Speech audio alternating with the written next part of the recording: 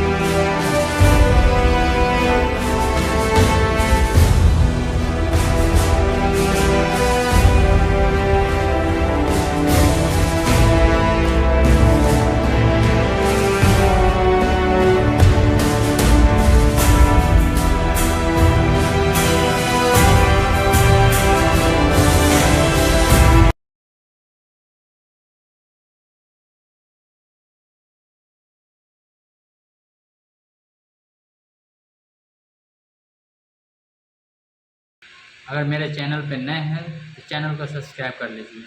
हाँ तो भैया, कैसा लगा वीडियो? आप लोग देखकर मुझे कमेंट करिए और मेरे चैनल को सब्सक्राइब कर लीजिए। धन्यवाद।